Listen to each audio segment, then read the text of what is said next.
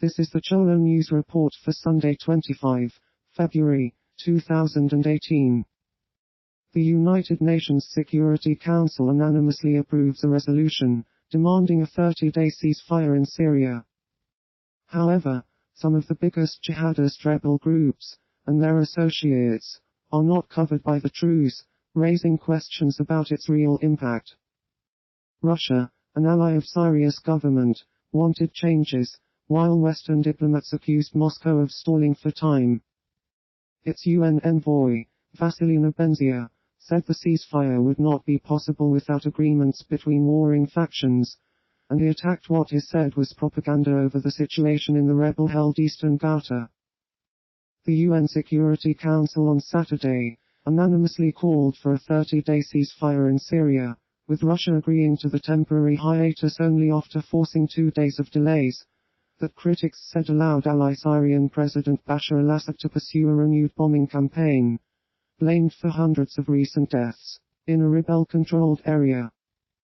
The United States and others accused Moscow of protecting the Assad government and its bombing campaign in the Damascus suburb of Eastern Ghouta while allowing a humanitarian disaster to continue. Islamist car-suicide bombers and gunmen tried to storm the headquarters of a counter-terrorism unit in the southern port city of Aden, kills at least 14 people and wounds 40 others. Aden police said in a statement on its Facebook page that security forces had foiled a major attack on the camp. Residents described 2 large explosions in the area that sent up a cloud of grey smoke, while ambulances raced to evacuate the wounded. Al-Qaeda and Islamic State have exploited the war in Yemen to carry out assassinations and bombings, mostly in lawless southern Yemeni areas, nominally controlled by the government. A series of militant attacks in Afghanistan kill more than 20 people. Violence has intensified in Afghanistan since U.S. President Donald Trump in August unveiled a more aggressive strategy, with U.S. LED forces carrying out more airstrikes, and the Taliban responding with bombs, ambushes and raids.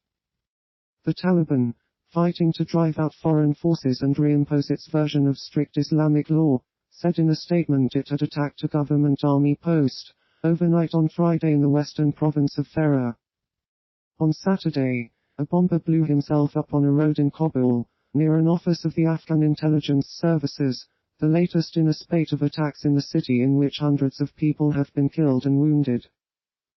Several companies, including First National Bank of Oman, Hertz, and United and Delta Airlines, have cut ties with the NRA following the shooting, saying they will end discounts for NRA members.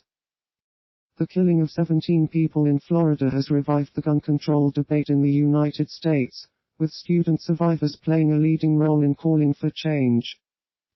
The suspect in the attack, Nicholas Cruz, was said to be obsessed with guns and bought the semi-automatic rifle he allegedly used at the school in Parkland legally last year while aged 18.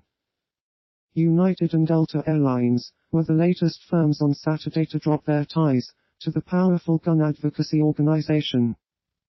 The loss of a discount will neither scare nor distract one single NRA member from our mission to stand and defend the individual freedoms that have always made America the greatest nation in the world.